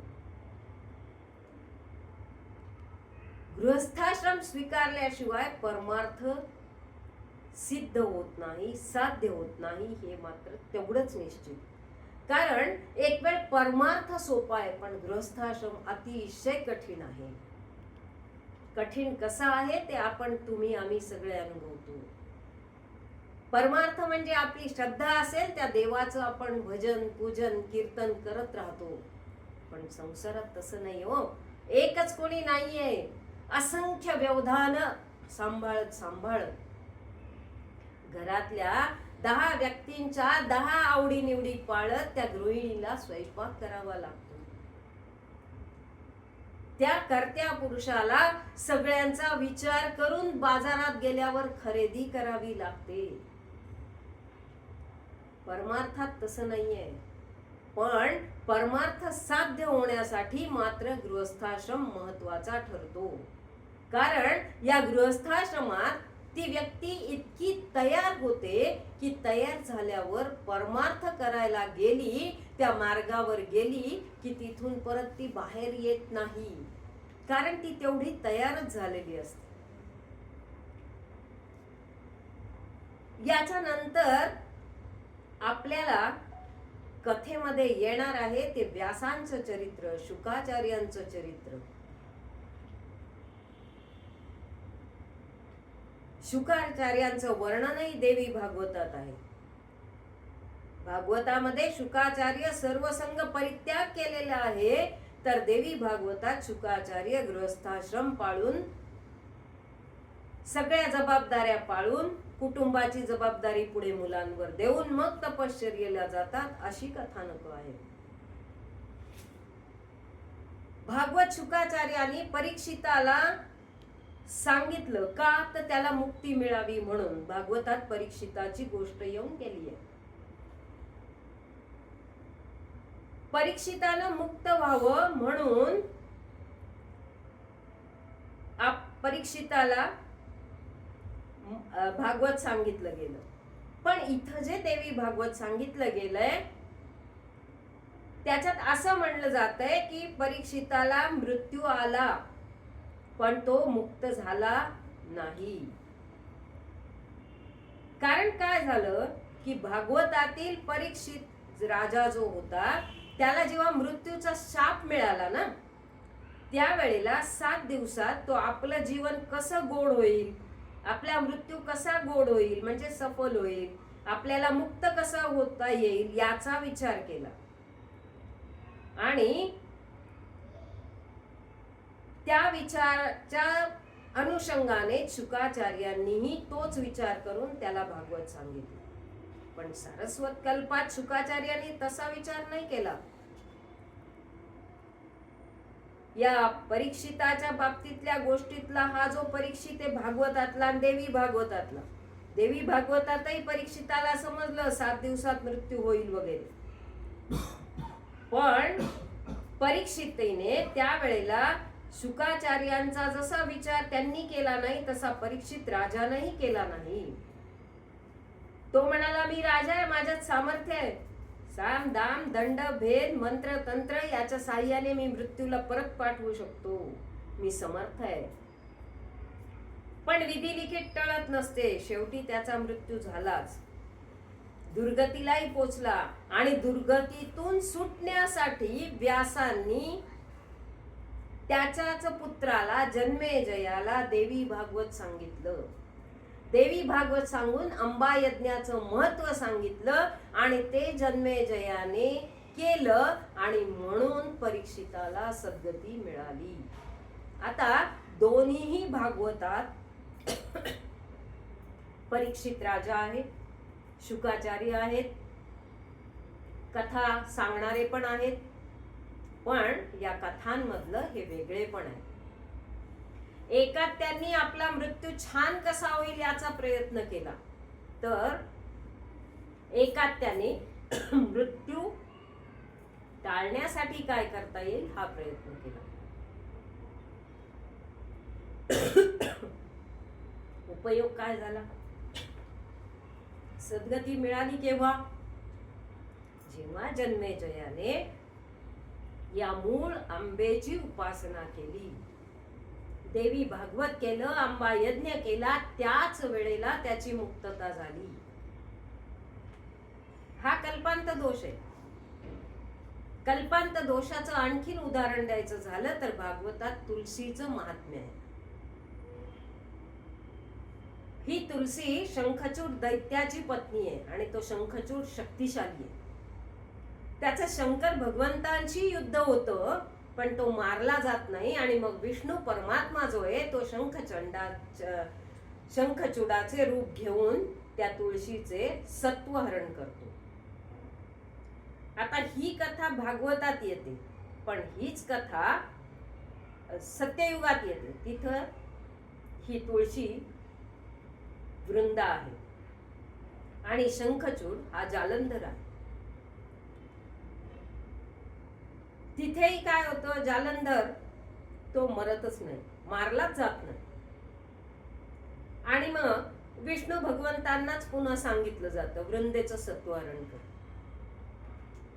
मग वृंदेचं सत्वहरण केल्याने तिकडे जालंधर मारला जातो.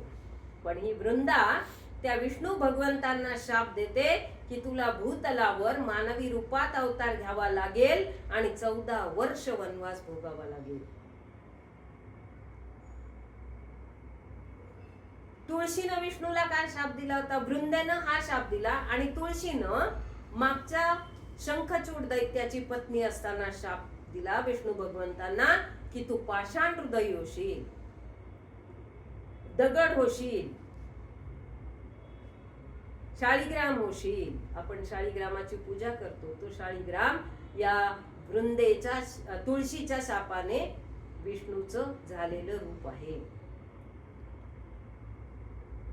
या तुळशीने विष्णूंना त्यावेळेला असा शाप दिला आणि वृंदेनं शाप देताना तुला भूतलावर मानवी रूपात अवतार घेऊन 14 वर्ष वनवास भोगावा लागेल. ही श्रीरामप्रभूंची कथा आहे.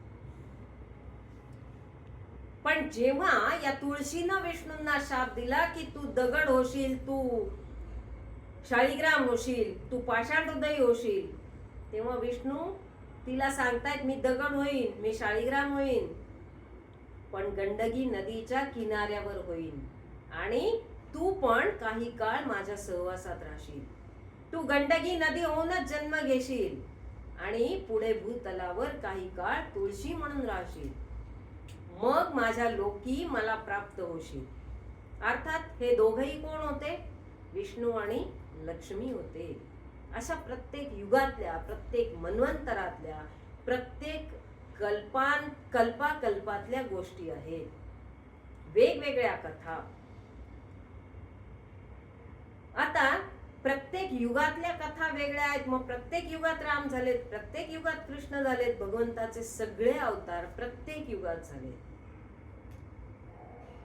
राम जन्माची साधू संत अनेक वेगवेगळी कारणं सांगतात. वेगवेगळ्या कल्पात वेगवेगळी कारण.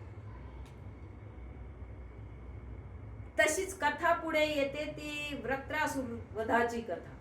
सविस्तर आणि खूप मोठी, कथांमध्येही फरक. भागवतामध्ये तो दधीची ऋषींच्या अस्थींपासून बनवलेल्या वज्राने मारला गेला. देवी भागवतात तसं झालं नाही. ब्रह्मदेवाच्या वराने प्राप्त झालेला हा वृत्रासूर देवी भागवतामध्ये विष्णूच्या आणि देवीच्याच कृपेने मारला गेला. त्याने ब्रह्मदेवाला प्रसन्न करून घेतलं होतं आणि म्हणला होता, मला काष्ठ, लोह, आर्द्रा, वंश, समुदाय, धातू, शस्त्रास्त्र, ओली कोरडी वस्तू यानं मरण नको. अहो, पण तो एवढा बलाढ्य आणि बलशाली, शक्तिशाली होता की देवी भागवतात त्यानं इंद्राला सुद्धा गिळलं होतं. देवांची शस्त्रास्त्र गिळली होती, सगळंच गिळंकृत केलं होतं. मग सगळ्यांनी कोणाची शेवटी करुणा भाकायची? सगळ्या देवादिकांना सुद्धा तो गिळंकृत करत होता, इतका तो शक्तिशाली होता. मग शेवटी गिळल्यानंतर सुद्धा या सगळ्यांनी लोकांनी, देवतांनी या देवीची, या जगदंबेची, या अंबिकेची करुणा भाकली. तिचं स्तवन केलं, तिचं चिंतन केलं, तिचं मनन केलं. आणि हे सगळं जेव्हा देवीनं ऐकलं, हे इतकी करुणा भाकत होते, इतकं हे, कारण हे गिळंकृत झालेले होते. त्या देवीला यायला लागल्या जांभया आणि तिने जांभया देणं सुरू केलं आणि जांभयातून तो बाहेर पडला, प्रगट झाला. आणि मग देवानं दिलेल्या अटीला अधीन राहून इंद्रानं वृत्रासुराचा वध केला. विष्णू अस्त्र होतं त्याच्याकडे. त्या अस्त्राला ओली कोरडी वस्तू नसणारी ते काहीच नव्हतं. मग होतं काय? कशाने मारलं या इंद्रानं? अहो, समुद्राचा जो फेस होता, तो फेस ज्याला फेन म्हणलं जातं, तो फेस या अस्त्रावर लावायला या देवीनंच सुचवलं आणि त्याचा मृत्यू झाला. देवी भागवतात खूप कथा आहेत आणि त्या सगळ्या वेगवेगळ्या आहेत. इंद्र तरी किती असावेत? प्रत्येक कल्पात, प्रत्येक युगात अनेक इंद्र होऊन गेले.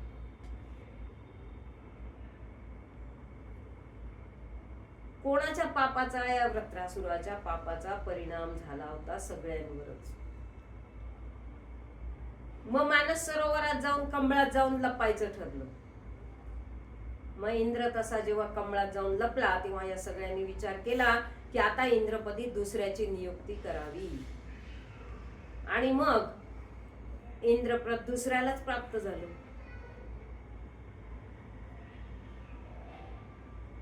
पण इंद्र कमळात जाऊन लपून बसला आणि मग विचारा अंती इंद्र कोण झाला? तर इंद्र झाला नहुष राजा. नहुष अत्यंत धार्मिक, सत्वगुणी, असं देवी भागवतात त्याचं वर्णन येतं. देवी भागवतात या अशा कथा वेगवेगळ्या रूपानं आपण ऐकणार आहोत उद्यापासून. देवी भागवतात असं म्हणलं जातं की सृष्टीची उत्पत्ती त्रिगुणांपासून झाली, सत्वगुण, रजोगुण, तमोगुण.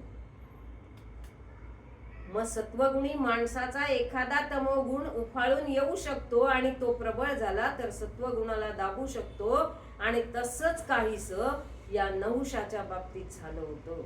नहुषाला इंद्रपद मिळालं होतं, पण तमोगुण प्रबळ झाला आणि सत्वगुणी राजा जो होता तो नहुष, त्यानं सचीची अपेक्षा केली. सचीनं बृहस्पतीला विनंती केली आणि बृहस्पतीनं तिचं संरक्षण केलं, पण हा नहुष ऐकायलाच तयार नव्हता. सचीनं शेवटी काय केलं? पुन्हा एकदा शेवटी या मा जगदंबेची स्तुती केली, देवी भागवत केलं तिने. इंद्राची भेट तिची झाली. इंद्रानं एक युक्ती पण सांगितली की या नहुषाचं अधःपतन झाल्याशिवाय तो तिथून त्या इंद्रपदावरून हलणार नाही आणि मला परत इंद्रपद मिळणार नाही. याकरता तू काय कर, नहुषाला सांग की मी तुमची व्हायला तयार आहे, तुमच्याकडे यायला तयार आहे, परंतु ऋषींच्या पालखीमधनं तुम्ही मला घेऊन जा.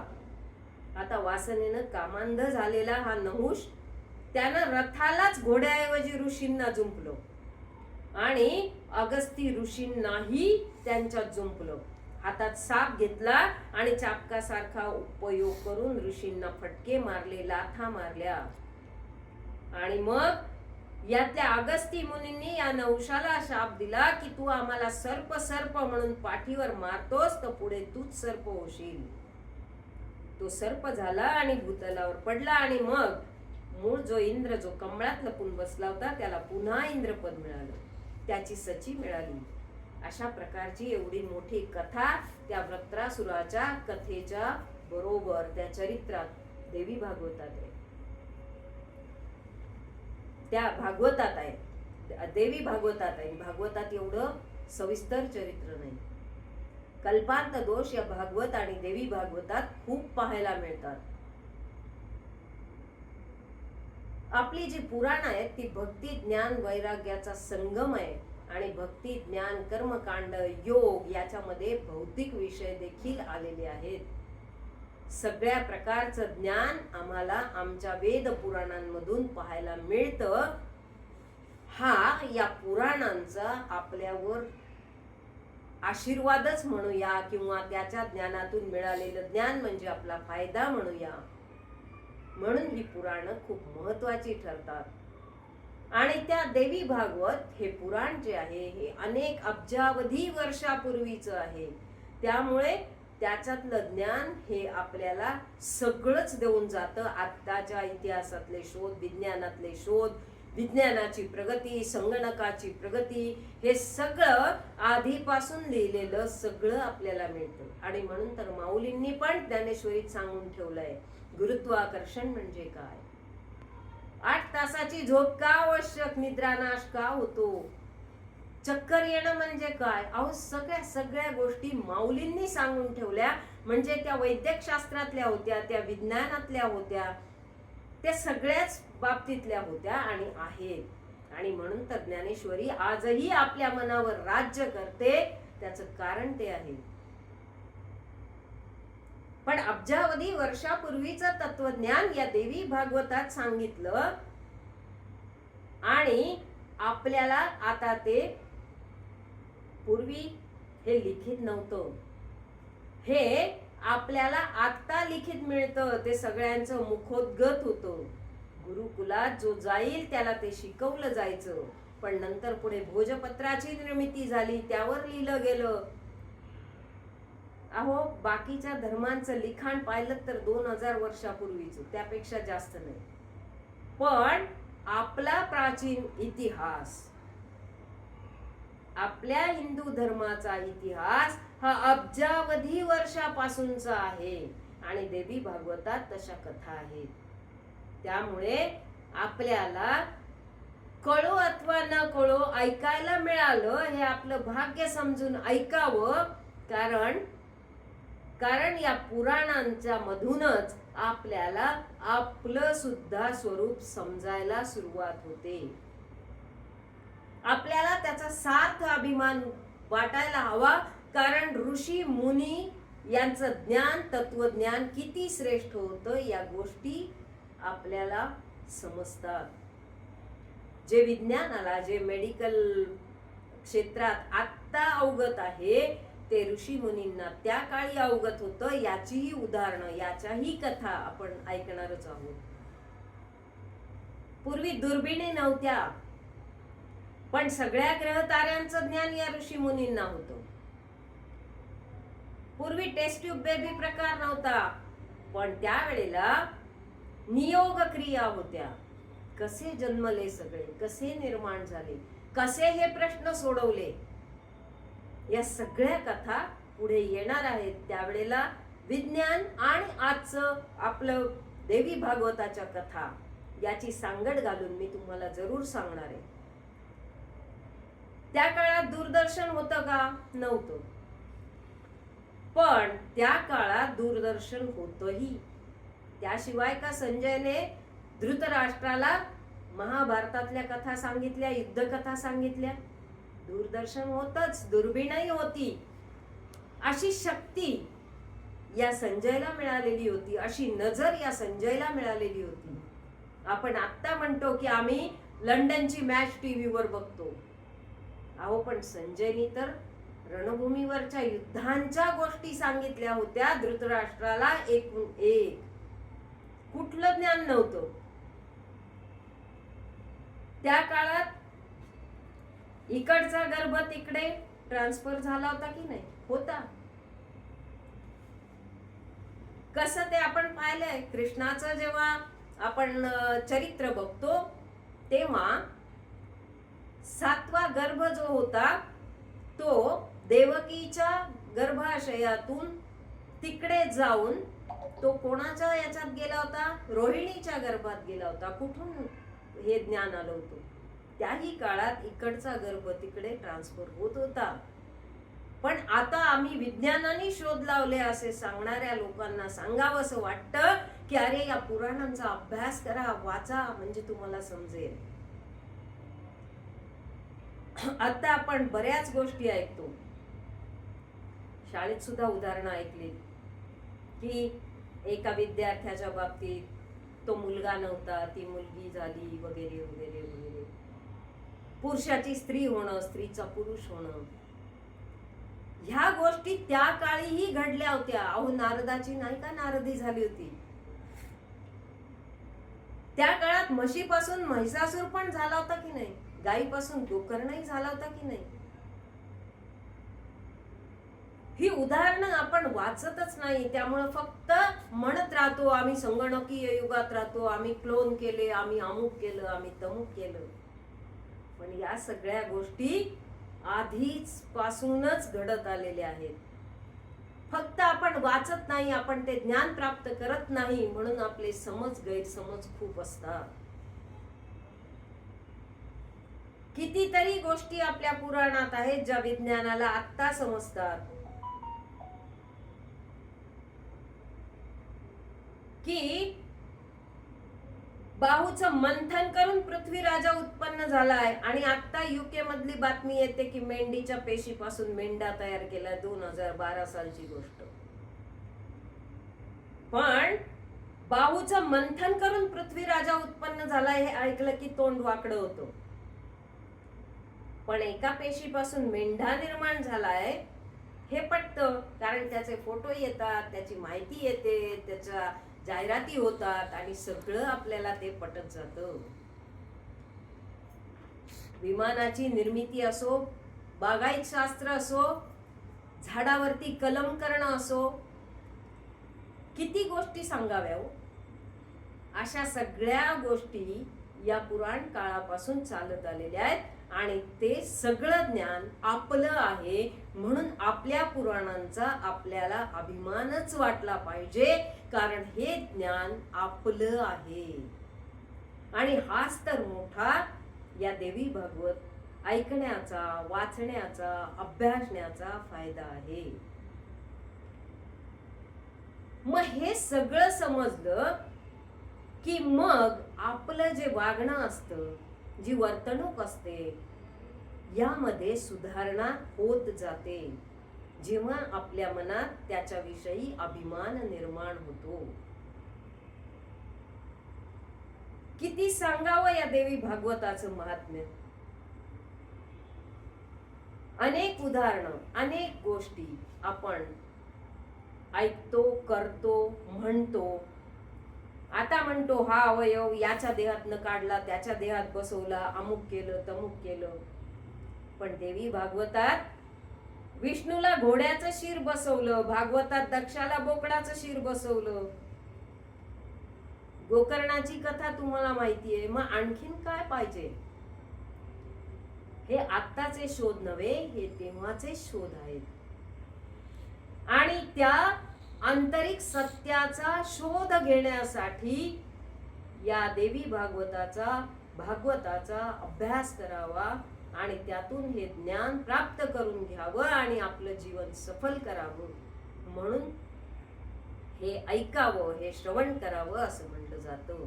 आणि जी खरी चेतना शक्ती आहे, चैतन्य शक्ती आहे, परांबिका शक्ती आहे, अतिंद्रिय शक्ती आहे, तिच्याशिवाय तुम्ही काहीही करू शकत नाही हे पटत जातं. आणि म्हणून आपण हे भागवत ऐकणं, अभ्यासणं गरजेची गोष्ट आहे. मग भागवत ऐकल्याने काय घडतं? काय घडतं हो? भागवत ऐकल्याने आपल्याला जे ज्ञान प्राप्त होतं त्या ज्ञानाने आपली विचारांची पातळी वाढते. आपण त्या अर्थाने विचार करायला लागतो. आपण त्या प्राणशक्तीला मानायला लागतो आणि आपल्यामध्ये सगळे असे बदल घडत जातात आणि त्या देवी भागवताचं हेच तर श्रेष्ठत्व आहे.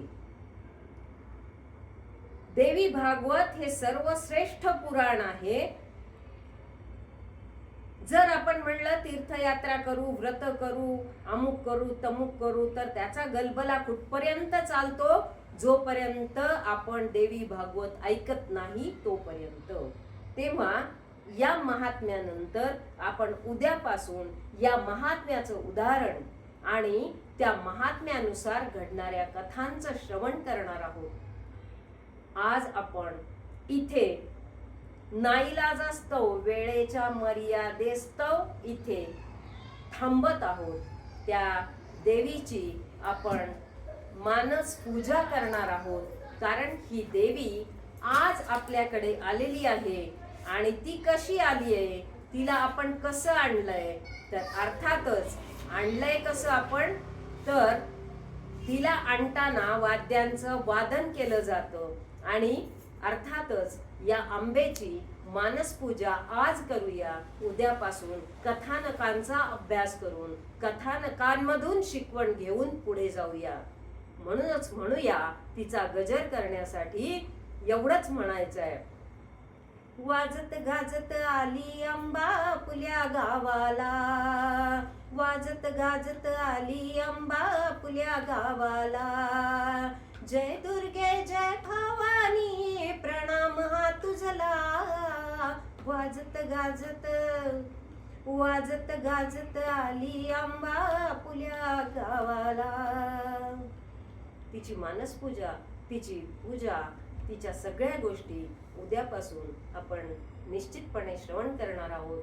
इथे माझ्या शब्दांना मी विराम देते आणि त्या दुर्गेचा, त्या अंबिकेचा, त्या जगदंबेचा जय जयकार करूया आणि थांबूया. जय बोला अंबाबाईचा जय बोला, जय बोला व्याघ्रेश्वरीचा जय बोला, जय बोला तुळजाभवानी जय बोला, जय बोला जगदंबेचा जय बोला, जय बोला सरस्वतीचा जय बोला, जय बोला अष्टभुजेचा जय बोला, जय बोला दुर्गा मातेचा जय बोला, जय बोला अन्नपूर्णेचा जय बोला, जय बोला कमलेचाही जय बोला, जय बोला हेरंब माऊली जय बोला, जय बोला नवरात्रींच्या 9 रूपांचा जय बोला. बोल अंबा माता की जय. भगवती सप्तशृंगी भद्रकाली भवानी माता की जय. जय जय रघुवीर समर्थ. आपली मीटिंग संपली असली, आपली ही आजची सेवा संपली असली तरी आम्ही भागवताची, देवी भागवताची आरती करणार आहोत आणि आरतीने संपवणार आहोत. आपण थांबलात तर आनंदच आहे. आपण काही कारणास्तव लेफ्ट झालात तरी हरकत नाही, पण रोज आरती होणार आहे. आज थोडासा 2-4 मिनिटं उशीर झालेला आहे, पण ठीक आहे. आरती करतेय मी आणि आरती करून इथे समाप्त करतेय आजची सेवा. आजच्या सेवेत फक्त एवढंच सांगायचंय की या देवी भागवताचं महात्म्य जाणून घेण्यासाठी आपल्याला पुढच्या कथा ऐकायच्या आहेत. आणि या कथा अतिशय रसाळ आणि अतिशय छान आहेत. तिथे आज तुम्हाला कंटाळवाणं झालं असलं तरी तसं काही नाहीये. आता कथा ऐकताना तुम्हाला निश्चित त्याच्या रसपूर्ण कथा ऐकायला मिळतील, ज्या माझ्या बुद्धीला झेपतील. त्या तसंच वर्णन मी करणार आहे. बोलिली लेकुरे वेळी वाकुडी उत्तरे, हे समजून घ्या. धन्यवाद. आरतीला मी सुरुवात करतेय आणि मग आपण लेफ्ट होऊ शकतो.